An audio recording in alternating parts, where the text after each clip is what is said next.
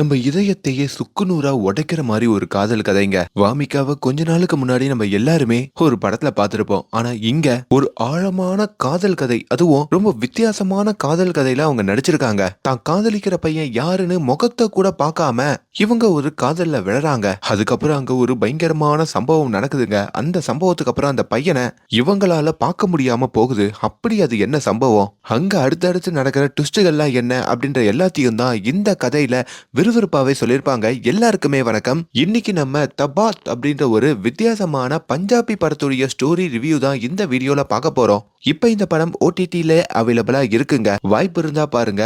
இப்ப இந்த கதையில என்ன இருக்குன்றத ஷார்ட்டா பார்த்துடலாம். நீங்க இன்னும் லைக் கொடுக்காம பாத்தீங்கன்னா ஒரு சின்ன லைக்க போட்டுக்கோங்க. நீங்க இப்ப பார்த்துட்டு இருக்கிறது நம்மளுடைய பிலிம் பை. படத்துடைய ஆரம்பத்திலேயே முரளி அப்படின்ற மாதிரி ஒருத்தரை காமிக்கிறாங்க. இந்த முரளி தான் நம்ம படத்துடைய ஹீரோங்க. அவரு தன்னுடைய ஃப்ரெண்டுடைய வீட்டுல தான் இருக்காரு போல. எந்நேரமும் வீட்டுல உட்காந்து பீஸா பர்கரு இந்த மாதிரி ஆர்டர் பண்ணி சாப்பிடுறது, அதுக்கப்புறம் ராத்திரி ஆனா குடிக்கிறது, இதுதான் இவருடைய முழு நேர வேலைங்க. இப்பயும் காலங்காத்தால எழுந்து பயங்கரமா சாப்பிட்டுட்டு குடிக்கலான்னு சொல்லி பாட்டில் தேடிக்கிட்டு இருந்தா அங்க எல்லாமே காலியா இருக்கு. இவருக்கும் அந்த இடத்த பயங்கர கோவம் வந்துருதுங்க. கீழே நேரா வந்து டிஷர்ட்டை போட்டுக்கிட்டு அங்க ஒரு பைக் இருக்குங்க. அந்த பைக்கை எடுத்துக்கிட்டோம் நேரா ஒரு கார் ஷோரூமுக்கு அவர் வராரு. அந்த இடத்துல தான் நம்ம ஹீரோவுடைய நண்பன் சதீஷ் வேலை பாக்குறாருங்க. சதீஷ் ரொம்ப நல்லா படிச்ச பையன். நம்ம ஹீரோவோட தான் படிச்சிருப்பாரு. இப்போ ஒரு நல்ல பெரிய கம்பெனில வேலை பார்த்துட்டு இருப்பாரு. தான் நண்பனுக்காக எதை வேணாலும் செய்வாருங்க. அது ஏன் எதை வேணாலும் சொல்றேன்னா நீங்களே கொஞ்சம் கொஞ்சமா பாருங்க என்னெல்லாம் செய்யறாருன்ட்டு. அப்படி அந்த சதீஷ் கிட்டயும் நம்ம ஹீரோ வந்து எனக்கு ஒரு 500 ரூபாய் காசு வேணும்னு சொல்லி அவனோட பர்ஸ்ல இருந்து எடுத்துக்கிட்டு அங்க இருந்து வேகமாவும் கிளம்புறாரு. அப்படி எதுக்கு இந்த காசை எடுத்துட்டு போறாருன்னு பார்த்தா காலங்காத்தாலேயே சரக்கு பாட்டில வாங்கறதுக்கு தாங்க நம்ம ஹீரோ இந்த காசை எடுத்துட்டு போறாரு.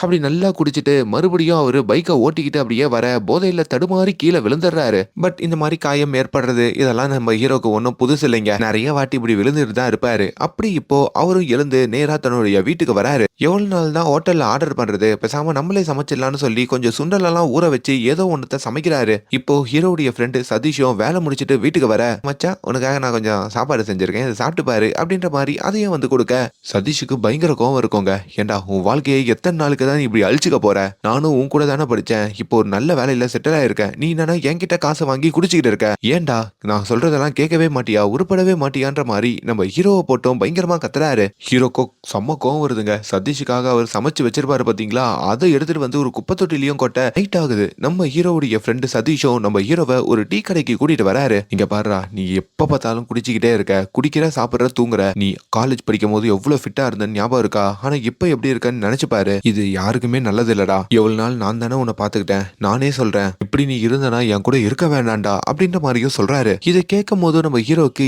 எதுவுமே ஃபீல் ஆகலங்க. அவர் ஃப்ரெண்ட் அட்வைஸ் பண்ணும் போது கூட சைட்ல உட்காந்து அவர் குடிச்சிட்டு தான் இருக்காரு. இப்படி எவ்வளவு சொன்னாலும் திருந்தாத அந்த நண்பனையும் இந்த சதீஷ் வழக்க போல தன்னுடைய வீட்டுல கொண்டு வந்து தூங்க வைக்க, அடுத்த நாள் காலையிலையும் டே முரளி தூங்கிக்கிட்டு இருக்கியா, சரி ஓகே உனக்காக மேகி செஞ்சு வச்சிருக்கேன், எழுந்ததும் மேகி சாப்பிடு, பாட்டில் எல்லாம் எடுத்து வெளியே போட்டுட்டேன், இன்னைக்காச்சும் குடிக்காம இரு அப்படின்னு சொல்லிட்டு அங்கிருந்து கிளம்ப இப்ப நம்ம ஹீரோவுமே அப்படியே எழுந்துக்கிறாரு. பக்கத்துல அந்த மேகி செஞ்சு வச்சிருக்காரு பாத்தீங்களா, அதையும் பாக்குறாரு. சரி சாப்பிடுவோம் அப்படின்ற மாதிரி காலையில டிஃபனை முடிக்க, ஆனா அவருக்கு வயிறு வலி ஏற்பட்டுக்கிட்டே இருக்குங்க. என்ன இது ரொம்ப வயிறு வலிக்குதேன்னு சொல்லி தான் நண்பன் சதீஷையும் கூப்பிடலான்னு பார்த்தா சதீஷ் வேற வேலைக்கு கிளம்பிட்டான்ல. இப்போ அந்த இடத்துல அவர் மயக்கம் போட்டு விளையாடுறாரு. சாயங்காலம் வேலை முடிச்சிட்டு வர சதீஷும் தான் நண்பனை பார்த்ததும் ஷாக் ஆகுறான். உடனே ஹாஸ்பிட்டலுக்கும் கூட்டிட்டு போறான். அங்க நம்ம ஹீரோக்கு மெடிக்கல் ட்ரீட்மெண்ட் எல்லாத்தையும் இந்த சதீஷ் தாங்க பாத்துக்கிறாரு. ஹீரோக்கு ஒரு அப்பா இருப்பாருங்க, ரொம்ப பணக்காரரு. அவருமே தான் பையன் முரளி எப்படி இருக்கான் அப்படின்ற மாதிரி இந்த சதீஷ் கிட்ட போன் பண்ணி கேட்க, ஒண்ணு இல்ல அங்கிள், பயப்படுறதுக்கு ஒண்ணு இல்ல, டாக்டர் அவனை காப்பாத்திட்டாங்க, குளுக்கோஸ் ஏத்திக்கிட்டு இருக்காங்க அப்படின்ற மாதிரி சொல்ல, தம்பி கொஞ்சம் பாத்துக்கப்பா, நான் சொன்னா கண்டிப்பா அவன் எதுவுமே கேட்க மாட்டான், நீ தான்ப்பா கூட இருந்து பாத்துக்கணும் அப்படின்ற மாதிரி அவரும் போனை கட் பண்றாரு. அப்பதாங்க உண்மையிலேயே நம்ம ஹீரோக்கு என்ன பிரச்சனை, எதுக்காக அவர் இப்படி ஒரு லைஃபை வாழ்றாரு அப்படின்றத ஒரு பிளாஷ்பேக் மூலியமா காமிக்கிறாங்க. நம்ம ஹீரோ சதீஷ் அதுக்கப்புறம் இன்னொரு நண்பன் 3 பேரும் தான் ஒரே பள்ளியில படிச்சிருப்பாங்க. இவங்க 12th முடிச்சப்போ இந்த ஃபேர்வெல் பார்ட்டி ஒன்று நடந்திருக்கோங்க. அந்த பார்ட்டிலே இவங்க 3 பேர் இருக்கிற மாதிரி காட்டுறாங்க. அதுல நம்ம ஹீரோ இருக்காரு பாத்தீங்களா, அவரு தாங்க டாப் ஸ்டூடெண்ட். தான் ஸ்கூல்லயே ஃபர்ஸ்ட் வந்ததா சொல்லி அவருக்கு கப்பையும் மெடலையும் கொடுக்குறாங்க. அதெல்லாம் தன்னோட ஃப்ரெண்ட்ஸோட சேர்ந்து நம்ம ஹீரோ செலிப்ரேட் பண்ணிட்டு இப்போ தன்னுடைய வீட்டுக்கு திரும்புறாரு. ஒரு பெரிய பென்ஸ் கார்ல தாங்க அவர் வீட்டுக்கு வராரு. அப்படி வீட்டுக்கு வந்ததும் அங்க நம்ம ஹீரோவுடைய அப்பா கிட்டையும் அந்த கப்பையும் மெடலையும் காமிக்க, ஹீரோக்கு அம்மா இல்லைங்க, எல்லாமே அப்பா தான். ஹீரோட அப்பாக்கும் அந்த கப்பை பார்த்ததும் பெரிய சந்தோஷங்க. உனக்காக விலை உயர்ந்த ஒரு வாட்ச் வாங்கி வச்சிருக்கேன்னு சொல்லி அதையும் பிரசன்ட் பண்ண, இப்ப நம்ம ஹீரோவுடைய அம்மா போட்டோ முன்னாடி அந்த கப்பை வச்சிட்டோம். லட்சுமி நீ போனதுக்கு அப்புறம் புள்ளைய நான் எப்படி பார்த்துப்பேன் அப்படின்ற மாதிரி யோசிச்சனா, தோ இப்படிதான் பார்த்துப்பேன். பாத்தியா கப்பு மெடல்னு எவ்வளவு பெருமையை சேர்க்கறான் அப்படின்ற மாதிரி ஒரு மாதிரி கண்கலங்க அப்பா ரொம்ப எமோஷனல் ஆகிறதெல்லாம் பார்த்து ஹீரோவும் அந்த இடத்துல ஒரு மாதிரி நெகிழ்ச்சி அடைகிறாரு. நம்ம ஹீரோவுடைய அப்பா அப்பப்போ கொஞ்சம் குடிப்பாருங்க. ஹீரோ முன்னாடி உட்காந்து தான் குடிப்பாரு. ஆனா ஹீரோக்கு எந்த ஒரு கெட்ட பழக்கமும் இருக்காது. அப்பா கூட உட்காந்து ஜஸ்ட் பேச மட்டும் தான் செய்வாரு. இப்படி ஒரு வேலையில தான் இப்போ ஸ்கூல் முடிச்சிருப்பாருல, அதனால நம்ம ஹீரோ ஒரு காலேஜ்ல சேர்ந்திருப்பாரு. தான் ஃப்ரெண்ட்ஸ் 3 பேர் இருப்பானுங்க பாத்தீங்களா, அவனுங்க எல்லாருமே அந்த காலேஜ் தான். காலேஜுக்கு வந்ததும் அங்க இருக்கிற சீனியர்ஸ்லாம் நம்ம ஹீரோவையும் கூட சேர்ந்தவங்களையும் ரேக் பண்ணிக்கிட்டு இருக்க, இப்போ அதே காலேஜுக்கு ஒரு அழகான பொண்ணு வராங்க. அவங்க தான் நம்ம ஹீரோயினான ராவி. ரவின்னு படிச்சிடாதீங்க, ராவி. அழகுனா அழகு, அப்படி ஒரு அழகுங்க. பஞ்சாப்லயே இப்படி ஒரு அழகிய நம்ம ஹீரோ அதுக்கு முன்னாடி பார்த்ததில்ல. அதுவும் அந்த ரோஸ் கலர் ட்ரெஸ்ல இன்னும் ரோஸ் கலரா நம்ம ஹீரோயின் தெரியுறாங்க. சில பேரை பார்த்தா மட்டும்தான் அந்த முதல் பார்வையிலேயே காதல் வரும் பாத்தீங்களா, அந்த மாதிரி ஒரு காதல் நம்ம ஹீரோயினை பார்த்ததும் ஹீரோக்குள்ள வருதுங்க.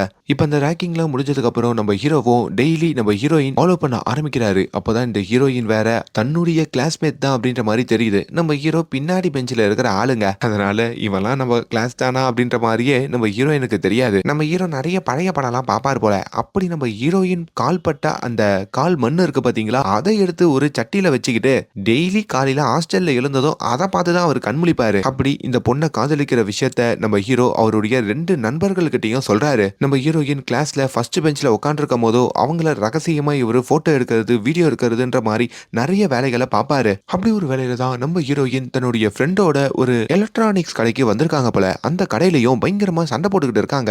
ஏன்னா அவங்க ஒரு ஏர்பாட்ஸ் வாங்கியிருப்பாங்க. ஆனா அது வாங்கின உடனே ரிப்பேர் ஆகி போச்சு அப்படின்ற மாதிரி அங்க சண்டை போட்டுக்கிட்டு இருக்க, மேடம் நீங்க ஃபர்ஸ்ட் காப்பி தான் வாங்கியிருக்கீங்க, நான் தான் விற்கும் போதையே சொல்லி தானே வித்தேன், இதுக்கு கேரண்டியா இல்ல வாரண்டியா இல்ல, அதனால நீங்க எதுவும் ரீப்ளேஸ்லாம் பண்ண முடியாது, வேணும்னா புதுசா ஒரிஜினல் வாங்கிக்கங்க, 7000 ரூபாய் அப்படின்ற மாதிரி சொன்னதும் ஹீரோயினுக்கும் கோவம் வருது. அட போயா நீயும் ப்ராடக்ட்னு சொல்லிட்டு அந்த இடத்துல இருந்தும் வெளியே போக, இதை எல்லாத்தையும் அதே கடையில இருக்கிற ஹீரோவும் பாக்குறாரு. ஹீரோ ஆல்ரெடி கொஞ்சம் பணக்கார வீட்டு பையன் அப்படின்றதுனால அங்க நம்ம ஹீரோயின் ஆசைப்பட்ட அந்த ஏர்பாடையும் வாங்குறாரு.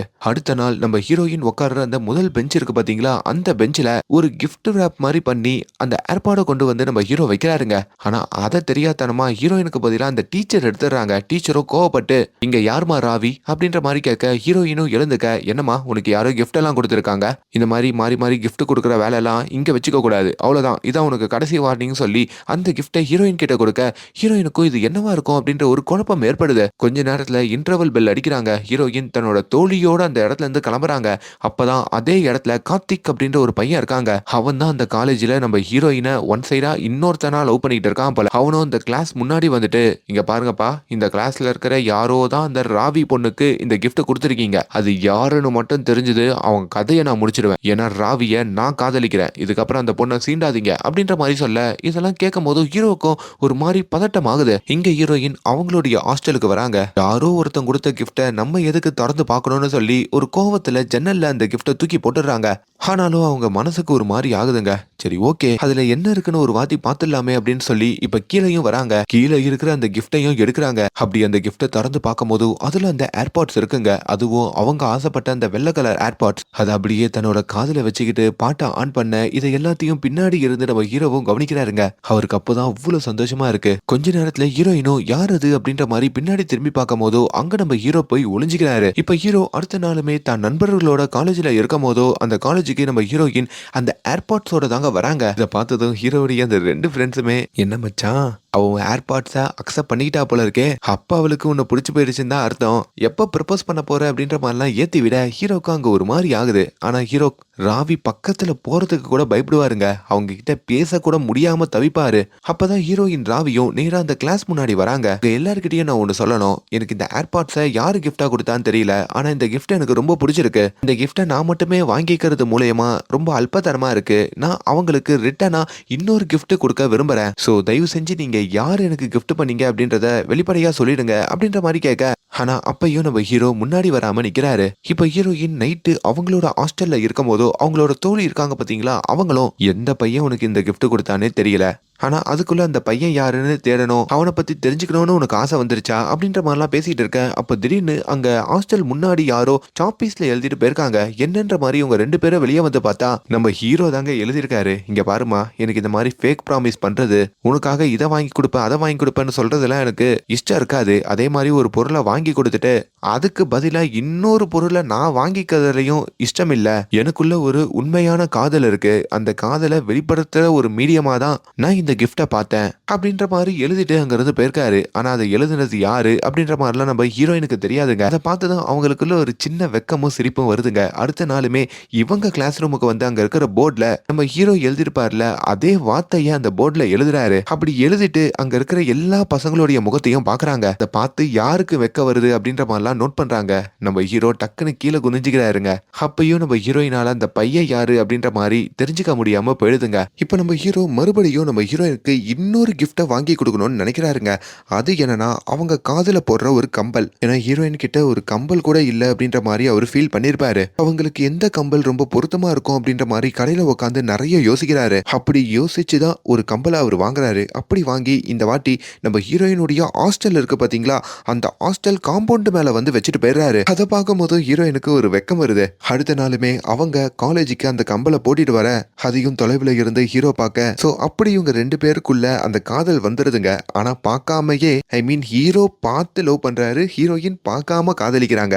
இப்படி இவங்க காதல் போயிட்டு இருக்கும் போது தான் அங்க நம்ம ஹீரோடைய ஹாஸ்டல் ரூமுக்கு ஒரு மெசேஜ் வருது. அது என்னன்னா அந்த ராவியான ஹீரோயின் கிட்ட அந்த கார்த்திக் பையன் ப்ரப்போஸ் பண்ணிட்டான் அப்படின்ற மாதிரி சொல்றாங்க. ஹீரோக்கோ பயங்கர கோவம் வருதுங்க. அன்னைக்கே அவன் நக்கலா பேசும்போது அவனை அடிச்சிருக்கணும், இன்னைக்கு என் ஆளுக்கிட்டேயே போய் அவன் ப்ரப்போஸ் பண்றானான்னு சொல்லி ரொம்ப வேகமாவே அந்த பக்கத்து ரூமுக்கு வராரு. அங்க கார்த்திக் கிட்டையும் ஒரு பாட்டிலை எடுத்துட்டு வந்து அவன் மண்டையை உடைச்சிட்டு, இங்க பாரு, அந்த ராவி பொண்ணு என்னுடைய ஆளு, அவளுக்கு கிஃப்ட் கொடுக்கறதுல இருந்து எல்லாமே நான் தான் பண்ணிட்டு இருக்கேன். இன்னொரு வாட்டி அவ வழியில நீ வந்தனு வையே அவ்வளவுதான் அப்படின்ற மாதிரியும் மிரட்டுறாரு. இப்ப இன்னொரு பாட்டிலையும் எடுத்து அங்க உடைக்கிறாரு. இது எதுக்குன்னா, நான் தான் அவ பின்னாடி சுத்திக்கிட்டு இருக்கன்ற விஷயத்த நீ அவகிட்ட சொன்னா அவ்வளவுதான், அவளுக்கு தெரியாம நான் பாத்துக்கிட்டு இருக்கேன், நீயும் அதே மாதிரி மெயின்டைன் பண்ணிக்கணும் அப்படின்ற மாதிரியா அங்க சொல்லிட்டு போக, இப்ப அடுத்த நாள் நம்ம ஹீரோயின் இருக்காங்க பாத்தீங்களா, அவங்க தான் தோழியோட அவங்க வகுப்புக்கு வராங்க. வந்தா என்னைக்குமே இல்லாத அளவுக்கு அங்க சில மாற்றங்களை கண்டுபிடிக்கிறாங்க. அவங்க வந்து உட்கார்ந்ததுக்கு அப்புறம் அவங்க பெஞ்சில உட்காந்துருக்க பசங்களாம் பின்னாடி பெஞ்சுக்கு போய் உட்காடுறாங்க. நேத்து அவங்க கிட்ட ப்ரப்போஸ் பண்ண இந்த கார்த்திக்குமே நம்ம ஹீரோயினை பார்த்து இப்ப சிஸ்டர்னு கூப்பிடுறான். ஹீரோயினுக்கு அதெல்லாம் சிரிப்பு தாங்க வருது. இப்படி ஒரு வேலையில தான் நம்ம ஹீரோயின் இருக்காங்க பாத்தீங்களா, அவங்க செமஸ்டர் ஃபீஸ் கட்ட வேண்டிய ஒரு சூழல் ஏற்படுது. அதை கட்டினா மட்டும்தான் அவங்களால எக்ஸாம் எழுத முடியும் அப்படின்ற ஒரு இக்கட்டான சிச்சுவேஷன். அப்ப அந்த இடத்துல நம்ம ஹீரோ தாங்க ஹீரோயினுக்கு தெரியாமையே அந்த செமஸ்டர் ஃபீஸையும் கட்டுறாரு. அப்படி ஹீரோயினுக்கு தேவையான நிறைய உதவிகள்லாம் அவரு பண்றாரு. இதனாலேயே இந்த ஹீரோவை பார்த்தாகணும் அப்படின்ற மாதிரி ஹீரோயினுக்குள்ள ஒரு துடிப்பு ஏற்படுது. இப்ப இந்த செமஸ்டர்லாம் முடிஞ்சு ஒரு 10 நாள் லீவ் விடுவாங்க பாத்தீங்களா, அந்த லீவ்ல நம்ம ஹீரோயின் அவங்க ஊருக்கு போயிட்டு வந்துடலாம் அப்படின்ற மாதிரி முடிவெடுக்கிறாங்க. ஹாஸ்டல்ல இருக்கிற அவங்க லக்கேஜையும் அவங்க பேக் பண்ணிக்கிட்டு இருக்க, ஆனா இங்க நம்ம ஹீரோக்கோ நம்ம ஹீரோயின் ஊருக்கு போயிருக்காங்க அப்படின்றதெல்லாம் தெரியாதுங்க. அவரு எப்பவுமே இந்த ஹீரோயின் இருக்கிற ஹாஸ்டல் வாசல்ல வந்து நிப்பாரு. டெய்லி வந்து ஹாஸ்டல்ல ஹீரோயின் என்ன பண்றாங்கன்னு பார்த்துட்டு தான் போவாரு. அப்படி வந்து காலையில பார்த்துட்டு இருக்காரு, ஹீரோயின் அங்க காணோம். சரி ஓகே, நம்ம ஹாஸ்டலுக்கு போயிட்டு வந்து ஈவினிங் பார்க்கலாம்னு சொல்லி தான் ஹாஸ்டலுக்கு வந்தா அங்க நம்ம ஹீரோவை தேடி அவங்க அப்பா வந்திருக்காரு. என்ன மகனே, படிப்பெல்லாம் எப்படி போயிட்டு இருக்குன்ற மாதிரி கேட்க, நல்லா தான்ப்பா போயிட்டு இருக்கு அப்படின்னு அப்பா கூடயும் கொஞ்சம் நேரம் பேசிட்டு அப்புறம் அப்பாவை வழி அனுப்பிட்டு மறுபடியும் அந்த ஹாஸ்டல் முன்னாடி வந்து நிக்கிறாரு. அகைன் நம்ம ஹீரோயினை காணுங்க.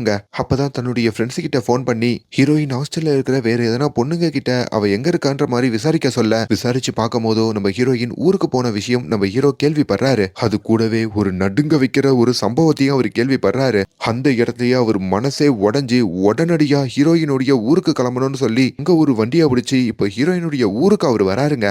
அது என்னன்னா, இன்னைக்கு நம்ம ஹீரோயினுடைய நிச்சயதார்த்தம். அதுவும் அது எப்படி தெரியுமா நடக்குது, நம்ம ஹீரோயினுடைய முழு சம்மதத்தோட அந்த நிச்சயம் நடக்குது. என்னடா இது அநியாயம், நம்ம அவளை உருக்கி உருக்கி காதலிச்சோம், அவ கஷ்டத்துலலாம் துணை நின்னோம், கூட இருந்து நம்மள வெளிக்காட்டிக்காம அவளை பாத்துக்கிட்டோம், இப்படி முகம் தெரியாம வளர்றதுதான் காதல்னு நினைச்சோம். ஆனா அவ என்னன்னா இதையெல்லாம் நம்ம கிட்ட இருந்து அனுபவிச்சுட்டு கடைசியில என்னை யாருன்னு கூட கண்டுபிடிக்கணும்னு நினைக்காம இன்னொருத்தனை கல்யாணம் பண்ணிக்கணும்னு போயிட்டாலேன்னு சொல்லியும் உடஞ்சு போய் இப்போ ஹீரோயினுடைய வீட்டுக்கே ஹீரோ வந்துடுறாரு. ஹீரோயினும் அங்க அப்படியே நிச்சயதார்த்தத்துக்கு ரெடி ஆகிட்டு இருக்க, பின்னாடி வந்து நிக்கிற ஹீரோவை யாருன்னே அவங்களுக்கு தெரியலைங்க. ஹீரோ பின்னாடி பெஞ்ச் அப்படின்றதுனால தான் கிளாஸ்மேட்னு கூட அவங்களால கண்டுபிடிக்க முடியல. நீங்க யாரு, உங்களுக்கு என்ன வேணும் அப்படின்ற மாதிரி கேட்க, அப்பதான் ஹீரோவுமே சத்தியமா நான் யாருன்னு தெரியலையான்ற மாதிரி அங்க நம்ம ஹீரோயினுடைய கம்பல் இருக்கு பாத்தீங்களா, அதுல அவரு கை வச்சு ஒரு சிம்பிள் மாதிரி காட்டுறாரு. அது மூலியமா ஹீரோயினுக்கும் புரிஞ்சிருது, இவன் தான் நம்மளுக்கு இவ்வளவு நாள் உதவி பண்ண பையன், நமக்கு பிடிச்ச பொருள் எல்லாம் வாங்கி கொடுத்த பையன்ற மாதிரி. சரி, அந்த இடத்துலயே அந்த நிச்சயத்தை நிறுத்திட்டு நம்ம ஹீரோவை திருமணம் பண்ணிப்பாங்கன்னு பார்த்தா அவங்க எதுவும் பேசாம இருக்காங்க. கொஞ்ச நேரத்துல ஹீரோயினோட அப்பா அந்த இடத்துக்கு வர, மகளே யார் இந்த பையன், எதுக்கு உன்னோட ரூமுக்கு வந்திருக்கான், உன் ஃப்ரெண்டா அப்படின்ற மாதிரி கேக்குறாரு. ஹீரோயின் அட்லீஸ்ட் ஃப்ரெண்டுனாச்சு சொல்லியிருக்கலாம்ல, ஆனா அவங்களோ இந்த பையன் எனக்கு யாருன்னே தெரியாது, தேவையில்லாம ரூமுக்குள்ள நுழைஞ்சிருக்கான் அப்படின்ற மாதிரி சொன்னதும் அவங்க ஹீரோக்கு ஒரு மாதிரி அவமானமா ஆயிடுதுங்க. அவரும் தலைய கீழே தொங்க போட்டுக்கிட்டு பெரிய அசிங்கத்தோட அங்க இருந்து கிளம்புறாரு. அதுலதான் அவரோட மனசு முற்றிலுமா நொறுங்குது. இந்த பொண்ணு பின்னாடி போயிட்டு நம்ம எவ்வளவு நாள் சுத்திட்டோமே அப்படின்ற மாதிரி நினைக்கிறாரு. ஹீரோயினோ இது எல்லாம் பண்ணதுக்கு ஒரு காரணம் இருக்குங்க, அது என்னன்னு பின்னாடி ஒரு ட்விஸ்டோட சொல்றேன். இப்ப நம்ம ஹீரோ அவரோட பைக்கை எடுத்துக்கிட்டு நேரா தன்னோட ஊருக்கு வராரு. அந்த இடத்துல இருந்துதான் ஹீரோக்கு இந்த குடிக்கிற பழக்கம் வந்திருக்கோங்க. அப்படி குடிச்சுதான் இப்போ அவருக்கு இப்படி ஒரு நிலைமை ஏற்பட்டு ஹாஸ்பிட்டல்லையும் சேர்த்திருப்பாங்க. கதை இப்போ நிகழ்காலத்துக்கு வருதுங்க. நம்ம ஹீரோவுடைய ஃப்ரெண்ட் இருக்காரு பாத்தீங்களா, அவர் தானே ஹீரோ அங்க ஹாஸ்பிட்டல்ல பாத்துக்கிறாரு. அவரையும் அங்க டாக்டர் கூப்பிடுறாரு. டாக்டரும் உன் ஃப்ரெண்டோடைய உடல்நிலை ரொம்ப மோசமா இருக்கு, இன்னும் அவன் 1 மாசமோ 2 மாசமோ தான் உயிர் வாழ முடியும்ன்ற மாதிரி சொல்ல அவர் நண்பனுக்கு தூக்கி வாரி போடுது. என்ன டாக்டர் சொல்றீங்க, சின்ன வயசு டாக்டர் அவனுக்கு, அதுவும் உடம்ப ஃபிட்டா பாத்துக்கிறவன், அவனுக்கே இப்படியா? தம்பி, இந்த குடி ரொம்ப மோசமான ஒரு விஷயம்ப்பா. அதுக்கு அவன் குடிக்காம இருந்திருந்தா ஃபிட்டா இருந்திருக்கலாம், கரெக்டாவும் இருந்திருக்கலாம். அவன் குடிச்சுக்கிட்டே இருந்திருக்கான். நீ என்னதான் ஃபிட்டா இரு, என்னதான் வேலை பாரு, என்னதான் சத்தான சாப்பாடு சாப்பிடு, கூட இந்த விஷத்தை எடுத்துக்கிட்டா உன் உடல் மோசமாக தான் செய்யும். அதை தான் உன் ஃப்ரெண்டும் பண்ணா அப்படின்ற மாதிரி சொல்ல, ஒருவேளை அவனை நீங்க காப்பாத்தணும், இன்னும் கொஞ்சம் மாசம் எக்ஸ்ட்ரா வாழ வைக்கணும்னா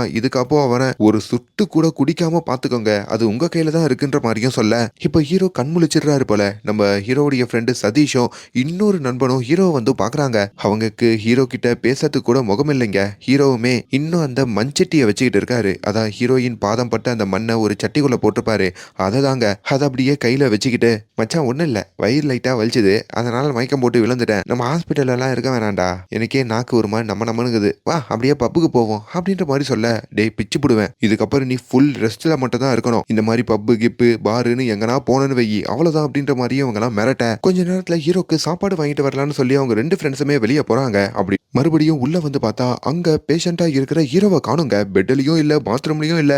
இப்போ ஹாஸ்பிட்டல் முழுக்க இவங்க 2 நண்பர்களும் தேடுறாங்க.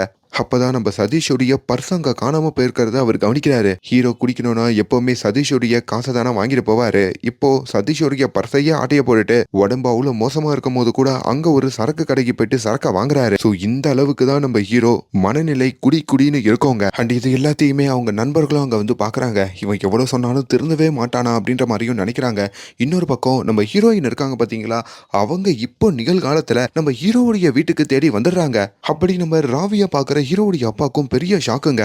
ஏம்மா உனக்கு திருமணம் ஆயிடுச்சுல, நீ என்னம்மா இப்போ என்னோட பையனை தேடி வந்திருக்க, என்ன வேணும் அப்படின்ற மாதிரி கேட்க, உங்க பையன் எங்கன்னு தெரிஞ்சுக்கலாமா, அவரை பார்க்கணும், அவர்கிட்ட சில முக்கியமான விஷயங்களை பத்தி பேசணும் அப்படின்ற மாதிரி அவங்க கேட்க, அப்பதான் ஹீரோக்கு என்ன ஆச்சு அப்படின்ற மாதிரி அவர் அங்க இன்னொரு பிளாஷ்பேக்கா சொல்றாரு. நான் எப்பவுமே குடிக்கிற ஒரு ஆளுமா, நான் எப்போ என் பையன் கிட்ட ஜாலியா பேசணும்னாலும் குடிச்சுக்கிட்டே தான் பேசுவேன், ஆனா எதிர்க்க அவன் குடிக்காம உட்காந்து அதை கேட்பான். ஒரு நாள் காலேஜ்ல என்னாச்சுன்னு தெரியல, முடிச்சுட்டு வீட்டுக்கு வந்தான். வீட்டுக்கு வரப்போ என்னோட கிளாஸ்ல இருக்கிற சரக்கு எடுத்து அவன் குடிக்க ஆரம்பிச்சிட்டான். ஏதோ கொஞ்சம் டிப்ரெஷனா இருப்பான் போல இருக்கு, அதனால இப்படி குடிக்க ஆரம்பிச்சிருக்கான் போல இருக்கு அப்படின்ற மாதிரி நான் நினைச்சேன். ஆனா அது நாளளவுல கண்டினியூ ஆச்சு. அப்பதான் அவருடைய நண்பர்களுக்கு கால் பண்ணி வீட்டுக்கு வர வச்சேன் அப்படின்னு ஒரு பிளாஷ்பேக் உள்ள போறாங்க. அப்படி நம்ம ஹீரோடைய ஃப்ரெண்ட்ஸ் அந்த 2 பேருமே வந்து ஹீரோ கிட்ட எவ்வளவோ சொல்லி திருத்த நினைச்சிருப்பாங்க. ஆனா அவங்க பேச்சை ஹீரோ கேட்டிருக்க மாட்டாரு. அப்பா வீட்டுல இல்லாத நேரத்துல பீரோல இருக்கிற அப்பாவுடைய காசு, அப்பா பர்ஸ்ல இருக்கிற காசெல்லாம் எடுத்துட்டு போயிட்டு நம்ம ஹீரோ குடிச்சிருப்பாரு.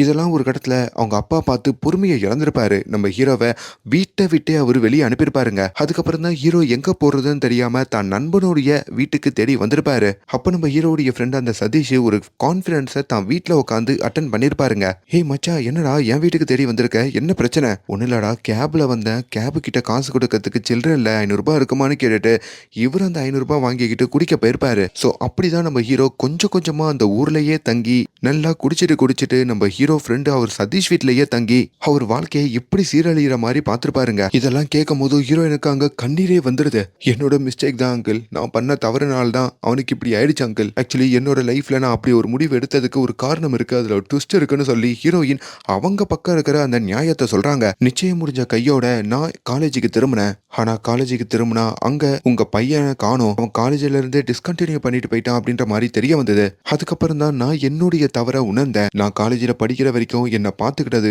எனக்கு தேவையான பொருளை வாங்கி கொடுத்தது எல்லாமே உங்க பையன் தான். அந்த நினைப்பெல்லாம் அப்ப வந்தது. என் குற்றத்தை நான் அப்பதான் உணர்ந்தேன். உடனே இதுக்கு நான் பிராச்சித்தம் தேடிக்கணும் அப்படின்ற மாதிரி நினைச்சேன். சோ அந்த இடத்துல என்னுடைய நிச்சயத்தையே நான் கேன்சல் பண்ணிட்டேன் அப்படின்ற மாதிரி அங்க ஒரு ட்விஸ்ட சொல்றாங்க.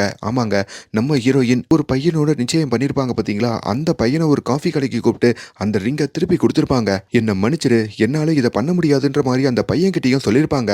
அவனும் மனசுடைஞ்சு போயிருப்பாங்க.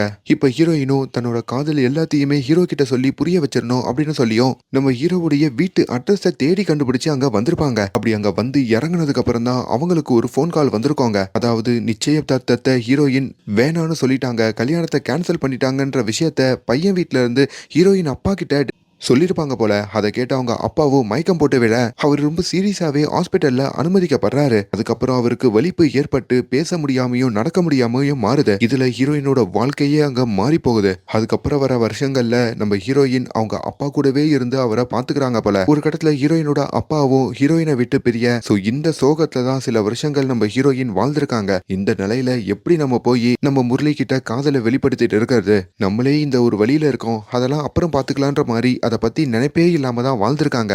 அப்படி இப்போ ஒரு 2 வருஷம் கழிச்சு தான் இது எல்லாத்துல இருந்தும் வெளியே வந்து முரளிய பார்க்க ஹீரோயின் வந்திருக்காங்க. இதையெல்லாம் முரளியோட அப்பா கிட்டயும் சொன்னதும் முரளியோட அப்பாவும் கண்கலங்கி போறாரு. ஹீரோயின் பக்கத்துல இருக்கிற நியாயத்தையும் புரிஞ்சுக்கிறாங்க. இப்பவாச்சு சொல்லுங்க அங்கிள், உங்க பையன் எங்க அப்படின்ற மாதிரி ஹீரோயின் கேட்க, என் பையன் இப்போ ஒரு ஹாஸ்பிட்டல்ல இருக்கான், நீ இல்லாம குடிச்சு குடிச்சு அவன் உடம்ப கெடுத்துக்கிட்டான், நீ அந்த ஹாஸ்பிட்டலுக்கு போனா அவனை பார்க்கலாம் அப்படின்னு அந்த ஹாஸ்பிட்டல் அட்ரஸையும் சொல்ல, இங்க ஹாஸ்பிட்டல்ல இருக்கிற ஹீரோ ஃப்ரெண்டு சதீஷுக்கும் கால் பண்ணி இந்த ராவி பொண்ணு ஹீரோவை தேடி வரா அப்படின்ற மாதிரியும் சொல்றாங்க. இதை கேட்டதும் சதீஷுக்கு பெரிய சந்தோஷங்க. ராவி இல்லாதனால தானே ஹீரோ இப்படி ஆனாரு, அதனால ஹீரோவோட வாழ்க்கையே இதுக்கப்புறம் மாறிடும்னு சொல்லியும் அங்க தன்னை ஹீரோ இன்னொரு நண்பன் கிட்டயும் இதை சொல்லிக்கிட்டு இருக்க, அப்போ திடீர்னு ஹீரோவுக்கு நெஞ்சு வலி வந்துடுதுங்க.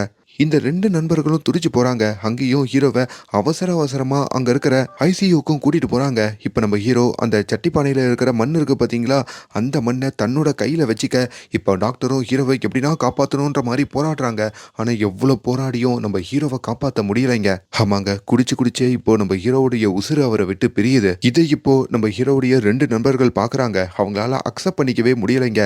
அதே வேளையில தான் ஹீரோயினும் ஹாஸ்பிட்டலுக்கு வந்துட்டு நம்ம ஹீரோ நண்பனான சதீஷுக்கு கால் பண்ண, இப்ப சதீஷும் ஹீரோ கிட்ட ராவி போன் பண்றத காமிச்சிட்டு, டேய் அவசரப்பட்டுட்டியடா, குடி வாழ்க்கையை கெடுக்குன்ற மாதிரி சும்மா சொல்லலடா, நீ இது மாதிரி தவறான பழக்கத்துல போகாம இருந்திருந்தா இப்போ உனக்கு ஒரு நல்ல வாழ்க்கை அமைஞ்சிருக்குமேடா, அந்த ராவியே உன்னை தேடி வரப்போ நீ இல்லாம போயிட்டியடான்ற மாதிரியும் கதறி அழுக. இப்ப ஹீரோவுடைய அப்பாவும் அந்த இடத்துக்கு வராருங்க. இவங்க எல்லாருமே ஒரு மாதிரி சோகத்துல இருக்காங்க. இப்ப ராவியும் ஹீரோவை பார்க்கணும்னு நினைக்கிறாங்க. ஆனா ஹீரோக்கு என்னாச்சு ஏதாச்சுன்னு அவங்களுக்கு எதுவுமே தெரியல. அங்க நர்ஸு கிட்ட வந்து முரளின்னு ஒரு பேஷண்ட் இங்க அட்மிட் ஆயிருக்காரான்னு கேட்க, ஆனா நர்ஸுமே ஆமா அட்மிட் ஆயிருந்தாரு, ஆனா இப்போ டிஸ்சார்ஜ் ஆகி எங்கேயோ கிளம்பிட்டாருன்னு சொல்றாங்க. ஹீரோயினுக்கு அது ஒரு மாதிரி ஆகுது. அப்பதாங்க ஒரு ட்விஸ்டா காமிக்கிறாங்க. ஆக்சுவலி ஹீரோயினுடைய வாழ்க்கை கெட்டு போயிடக்கூடாதுன்னு சொல்லி நம்ம ஹீரோவுடைய நண்பர்களும் ஹீரோ அப்பாவும் தான் அவன் இந்த இடத்த விட்டு எங்கேயோ போயிட்டான் அப்படின்ற மாதிரி சொல்ல வச்சிருப்பாங்க. இப்ப நம்ம ஹீரோயின் அங்க வெளியே வந்து நிக்க, ஹீரோயின் கண்ணு முன்னாடியே ஒரு பிணத்தாங்க கொண்டு போறாங்க. அது ஹீரோவுடைய பிணந்தாங்க. ஆனா அது தெரியாம ஹீரோயின் அங்க நின்னுகிட்டு இருக்க, அவங்க இப்பவும் நம்ம ஹீரோக்காக வெயிட் பண்ணிட்டு இருக்கிற மாதிரியும், அவன் என்னைக்குதான் என்னை தேடி வருவான் அப்படின்னு நினைச்சிட்டு இருக்கிற மாதிரியும் அங்க காமிக்கிறாங்க. சோ ஒரே ஒரு விஷயம் தாங்க இந்த படத்துல சூப்பரா கன்வே பண்ணிருக்காங்க. தயவு செஞ்சு உங்களை விட்டு ஒரு விஷயம் போயிடுச்சுன்னு சொல்லி தவறான பழக்கத்துல நீங்க இறங்கிடாதீங்க. அது உங்க உடலை கெடுக்கும். அதுக்கப்புறம் அந்த பிடிச்ச விஷயம் உங்களை தேடி வரும்போது கூட உங்களால ஏத்துக்க முடியாத ஒரு நிலைக்கு நீங்க தள்ளிடுவீங்க. சோ இதுக்கப்புறம் இந்த மாதிரி பழக்கங்கள் இருந்தா அது எல்லாத்தையும் கைவிட்டுருங்க. அதுக்கான ஒரு நல்ல அவேர்னஸ் உள்ள ஒரு படம் தான் இது. அண்ட் மேலும் இந்த மாதிரியான வீடியோஸை தொடர்ந்து பார்க்கறதுக்கு நம்ம சேனலை சப்ஸ்கிரைப் பண்ணுங்க. Thank you so much.